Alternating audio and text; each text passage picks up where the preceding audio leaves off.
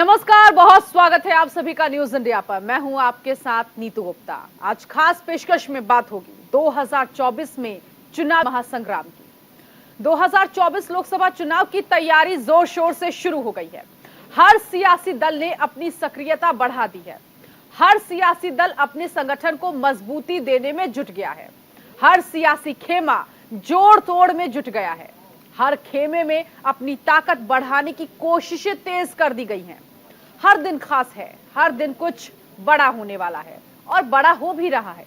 23 जून को विपक्षी दलों ने अपनी ताकत दिखाई। 23 जून को बीजेपी के खिलाफ विपक्ष की अभी तक की सबसे बड़ी गोलबंदी देखने को मिली।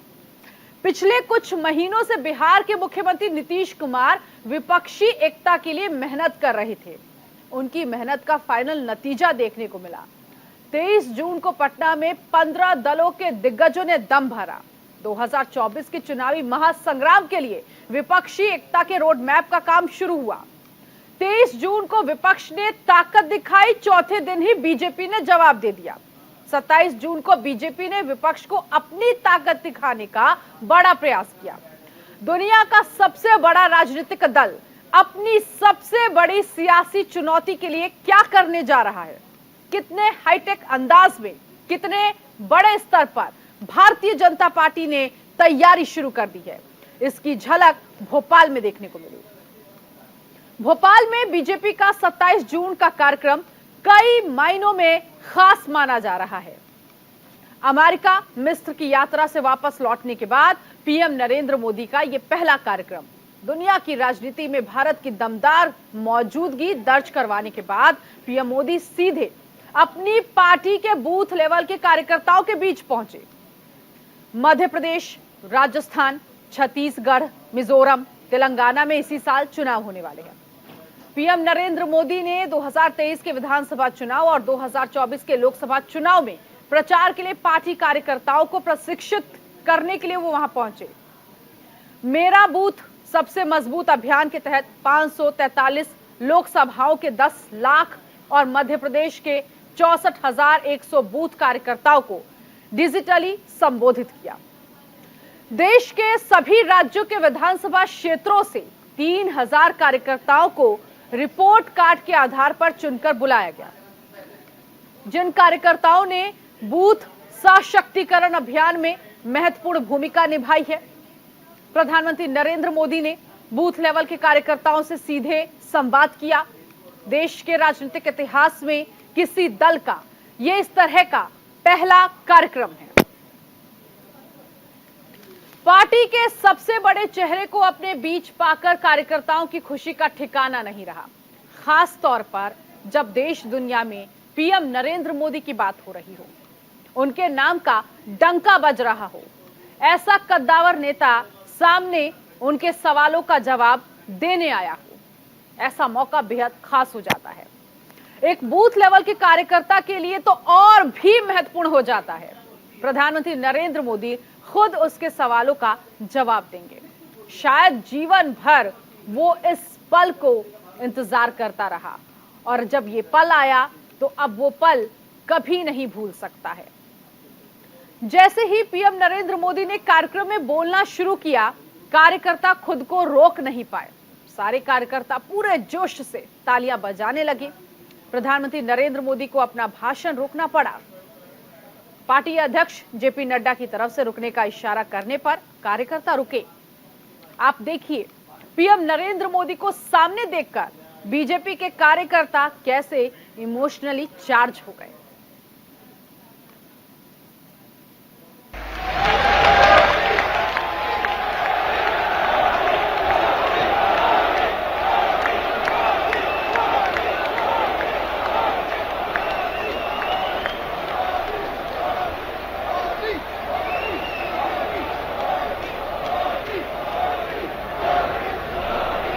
भारत माता की, भारत माता की।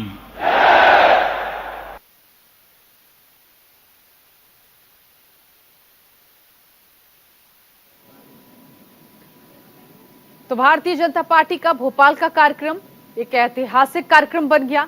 करीब 11 लाख बूथ लेवल के कार्यकर्ताओं को डिजिटली कनेक्ट करना, एक मंच से जोड़ना देश की राजनीति में इतना बड़ा प्रयोग देखने को मिला।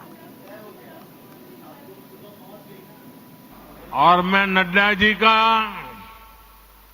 केंद्रीय भारतीय जनता पार्टी के नेतृत्व का, राज्यों के भाजपा के नेतृत्व का, मध्य प्रदेश भाजपा नेतृत्व का हृदय से अभिनंदन करता हूं इस कार्यक्रम की रचना के लिए, क्योंकि आज मैं एक साथ बूथ में काम करने वाले करीब 10 लाख कार्यकर्ताओं को वर्चुअली संबोधित कर रहा हूं। आप तो इतने लोग यहां हैं, लेकिन देश का हर पोलिंग बूथ आज यहां आपसे जुड़ा हुआ है।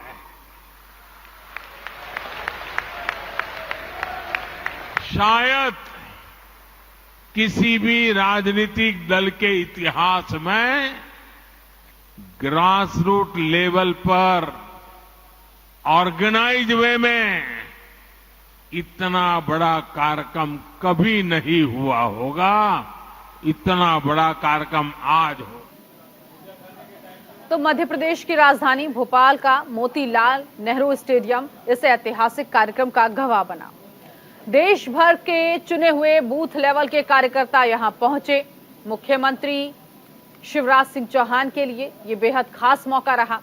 मध्य प्रदेश में विधानसभा चुनाव होने हैं, सूबे की सियासत गरमाने लगी है।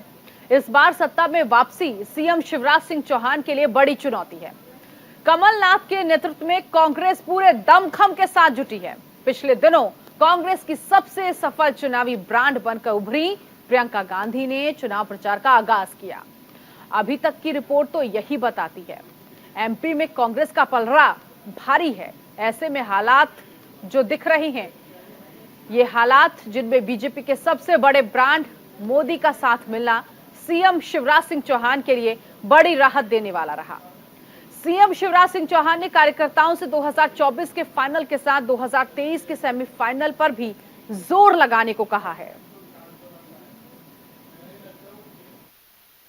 भारतीय जनता पार्टी का काम मतलब भारत का काम हो गया है। और इसलिए कार्यकर्ता मित्रों, जब हम भारतीय जनता पार्टी का काम करते हैं तो केवल एक राजनीतिक दल का काम नहीं करते, हम हमारे देश के लिए काम करते हैं, हम विश्व के कल्याण के लिए काम करते हैं। मोदी जी केवल हमारे नेता नहीं हैं, मोदी जी हमारे मार्गदर्शक भी हैं, गाइड भी हैं, फिलॉसफर भी हैं, और इससे आगे बढ़ के कहूं तो वो हमारे बड़े भाई भी हैं। जिस स्नेह से और प्रेम से विदेश की यात्रा समाप्त करके वो बूथ के कार्यकर्ताओं से संवाद करने आए हैं, अपने आप में ये अद्भुत बात है मेरे कार्यकर्ता बहनों, ये अद्भुत है सचमुच में। आज वो हमसे संवाद करेंगे, लेकिन आप सौभाग्यशाली है कि संवाद के लिए चुने गए हैं अपने परिश्रम के आधार पर। मैं मध्य प्रदेश की राजधानी भोपाल में आप सबका स्वागत करता हूं इस संकल्प के साथ कि कभी स्वामी विवेकानंद जी ने कहा था महानिशा का अंत निकट है, सुदीर्घ रंजी समाप्त हुई जान पड़ती है। भारत माता एक बार अंगड़ाई लेके फिर से उठ के खड़ी हो रही है और विश्व गुरु के पद पर अधिष्ठित हो रही है। मैं भाव भरे हृदय से कहता हूं, जो स्वामी विवेकानंद जी ने कहा वो नरेंद्र मोदी जी के नेतृत्व में साकार हो रहा है। भारत विश्व गुरु होगा। बूथ जीता तो चुनाव जीते, इस मंत्र के साथ आप चुनाव के मैदान में जाएंगे और भारतीय जनता पार्टी मध्य प्रदेश सहित 5 राज्यों में भी शानदार सफलता प्राप्त करेगी और 2024 में ऐतिहासिक बहुमत से फिर हम जीतेंगे और मोदी जी फिर देश का और दुनिया का नेतृत्व करेंगे। मध्य प्रदेश के लिए आज का दिन खास रहा। मध्य प्रदेश की जनता को आज 2 वंदे भारत ट्रेन की सौगात मिली। पीएम नरेंद्र मोदी ने भोपाल के रानी कमलापति रेलवे स्टेशन से देश में 5 नई वंदे भारत ट्रेन की शुरुआत की। भोपाल जबलपुर, भोपाल इंदौर के साथ पटना रांची, धारवाड़, बेंगलुरु, गोवा, मुंबई वंदे भारत एक्सप्रेस ट्रेन को पीएम नरेंद्र मोदी ने वर्चुअली हरी झंडी दिखाई। देश में इस समय 18 वंदे भारत ट्रेन चल रही हैं। पहली वंदे भारत ट्रेन साल 2019 में नई दिल्ली वाराणसी के बीच चलाई गई थी। तब से रेलवे लगातार नए रूट्स पर वंदे भारत ट्रेन चला रहा है। चुनाव के पहले मध्यम वर्ग को साधने के लिए वंदे भारत ट्रेन के इस्तेमाल का आरोप विपक्ष बीजेपी पर लगाता रहा है, जबकि वंदे भारत ट्रेन को बीजेपी विकास के बड़े प्रतीक के रूप में पेश करती है। बीजेपी वंदे भारत को ब्रांड मोदी के साथ जोड़कर आगे बढ़ रही है। चुनावी महासंग्राम के सेमीफाइनल और फाइनल के पहले 5 वंदे भारत ट्रेन की एक साथ शुरुआत बीजेपी बड़ा संदेश देने की कोशिश कर रही है। मैं मध्य प्रदेश, झारखंड, बिहार, कर्नाटका, गोवा और महाराष्ट्र की जनता को इस आधुनिक वंदे भारत ट्रेन की कनेक्टिविटी के लिए बहुत बहुत बधाई देता हूं। और इसमें मैं एमपी को भी विशेष बधाई दूंगा, क्योंकि आज एक साथ 2 वंदे भारत ट्रेनें ये मेरे मध्य प्रदेश के भाई बहनों को मिली है। अभी तक यात्री भोपाल से दिल्ली के बीच वंदे भारत एक्सप्रेस के सफर का आनंद ले रहे थे। अब भोपाल से इंदौर और भोपाल से जबलपुर का सफर तेज भी होगा, आधुनिक भी होगा और सुविधा से संपन्न भी होगा।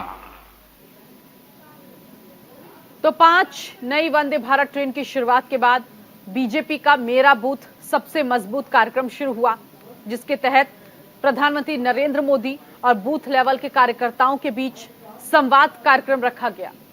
पीएम नरेंद्र मोदी ने अलग अलग राज्य के कार्यकर्ताओं के सवालों के जवाब दिए। सवाल जवाब के सेशन के जरिए प्रधानमंत्री ने हर उस मुद्दे को टच किया जो बीजेपी की परेशानी बढ़ाते रही हैं। जिन मुद्दों को आधार बनाकर विपक्ष बीजेपी को घेरता रहा है, सामाजिक भेदभाव, धार्मिक टकराव के मुद्दे पर कांग्रेस ने भारत जोड़ो यात्रा निकाली। बीजेपी पर समाज को तोड़ने का आरोप कांग्रेस लगाती रही है। प्रधानमंत्री नरेंद्र मोदी ने इस पर भी बात की। इसे कांग्रेस के तुष्टीकरण वाले प्रयोग से जोड़ा।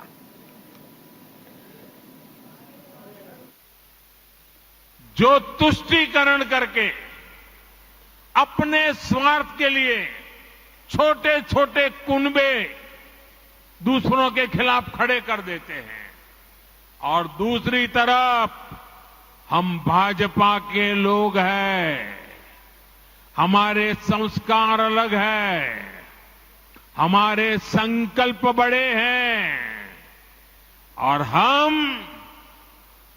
हमारी प्राथमिकता दल से पहले देश की है। और हम सब ये मानते हैं कि जब देश का भला होगा तो सबका भला होगा, जब सबका भला होगा तो देश आगे बढ़ेगा। और इसलिए भाजपा ने ये तय किया है कि हमें तुष्टीकरण के रास्ते पर नहीं चलना है, वोट बैंक के रास्ते पर नहीं चलना है। हमारा रास्ता कौन सा है? हम मानते हैं कि देश का भला करने का रास्ता तुष्टीकरण नहीं है, तुष्टीकरण नहीं है, तुष्टीकरण नहीं है। सच्चा रास्ता है संतुष्टीकरण, संतुष्टीकरण, संतुष्टीकरण। तो प्रधानमंत्री नरेंद्र मोदी ने भोपाल के मंच से एक बड़ा संकेत दिया। बीजेपी मुस्लिम समाज के साथ भेदभाव नहीं करती है, केंद्र की सरकार मुस्लिम समाज की बेहतरी के लिए काम कर रही है। पीएम नरेंद्र मोदी ने पसमानदा मुसलमानों का मुद्दा भी उठाया। यूनिफॉर्म सिविल कोड को लेकर फैलाए जा रहे भ्रम को दूर करने की कोशिश की।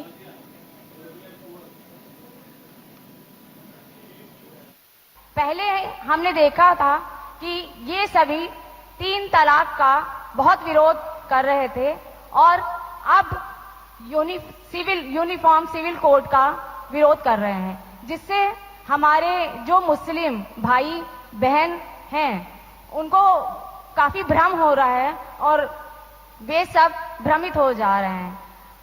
कैसे इनको हम समझाएं? कृपया अपना मार्गदर्शन प्रदान करें। मुस्लिम बहुल्य देश जहां पूरी तरह इस्लाम राज्य है, वहां भी 3 तलाक बंद कर दिया है। मैं परसों इजिप्ट में था, मिस्र में था। मिस्र में, इजिप्ट में 90% से ज्यादा सुन्नी मुसलमान समाज है और इजिप्ट में आज से 80-90 साल पहले 3 तलाक की प्रथा को समाप्त कर दिया। जो हमारे पसमानदा मुसलमान भाई बहन है, ये वोट बैंक की राजनीति करने वालों ने हमारे जो पसमानदा मुसलमान भाई बहन है उनका तो जीना भी मुश्किल करके रखा हुआ है। वो तो तबाह हो गए, उनको कोई फायदा नहीं मिला है। मुसलमान भाई बहनों को भी ये समझना होगा कि कौन से राजनीतिक दल उन्हें भड़का करके उनका फायदा लेने के लिए उनको बर्बाद कर रहे हैं। आजकल हम देख रहे हैं कि यूनिफॉर्म सिविल कोड के नाम पर ऐसे लोगों को भड़काने का काम हो रहा है।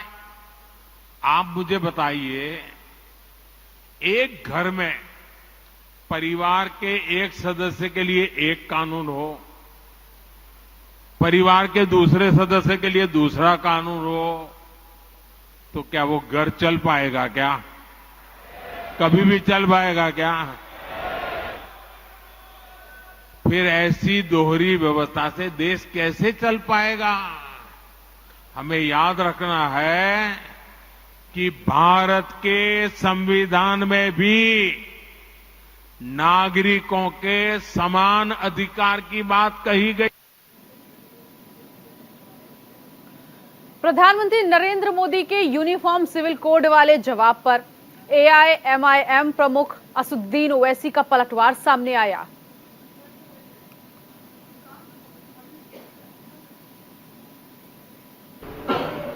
प्रधानमंत्री को पाकिस्तान से मोहब्बत क्यों है इतनी? मेरे को तो नहीं है। प्रधानमंत्री पाकिस्तान का हवाला दे रहे। आप मेरे को पाकिस्तान के प्रिज्म से कब तक कहेंगे नरेंद्र मोदी साहब? आपको अपना ये जो सॉफ्टवेयर है ना आप लोगों का थिंकिंग का, उसको चेंज करना पड़ेगा। भारत के मुसलमान को पाकिस्तान से क्या करना है, भारत के मुसलमान को इजिप्ट से क्या करना है, भारत के मुसलमान को दूसरे कंट्री से क्या करना है? आप क्या उनको बड़ा समझ रहे, हमको कम समझ रहे क्या?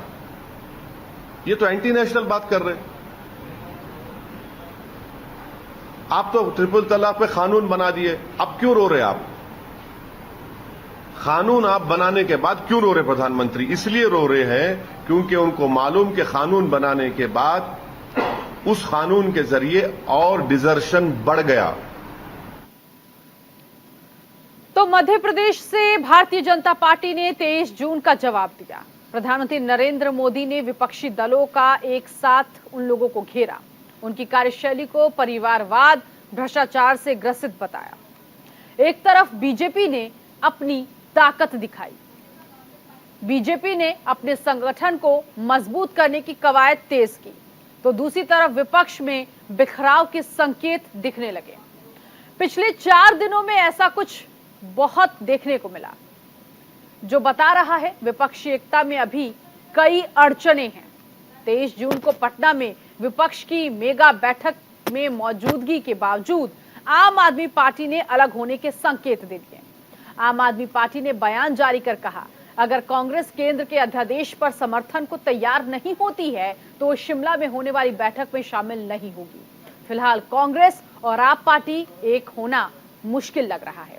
जम्मू कश्मीर के पूर्व मुख्यमंत्री फारूक अब्दुल्ला भी आपके विरोध में है।